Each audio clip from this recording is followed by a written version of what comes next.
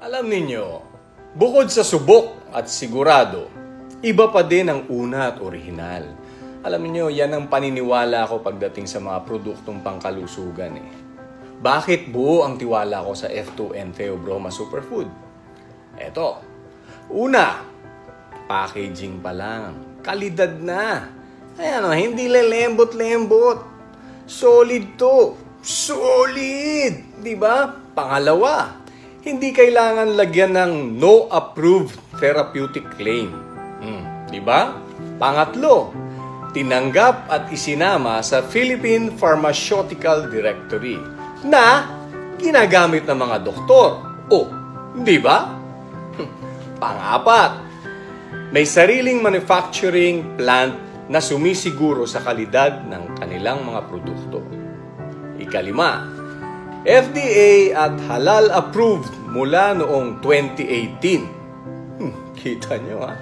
Ika-anim, pinamumunuan at pinapalakad ng mga lehitimo at iginagalang ng mga tao sa industriya.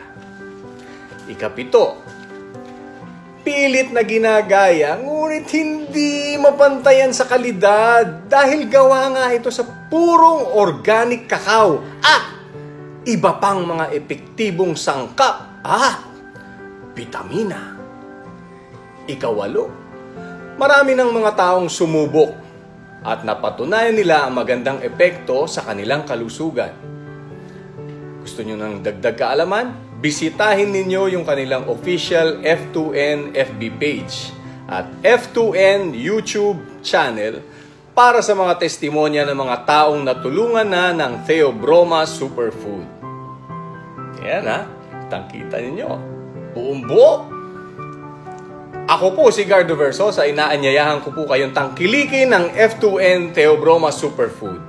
Huwag tayong magpapadala dun sa mga mura at paramihan. Siyempre, dun na tayo sa urig, di ba? Dun tayo sa totoo. Kaya huwag basta-basta.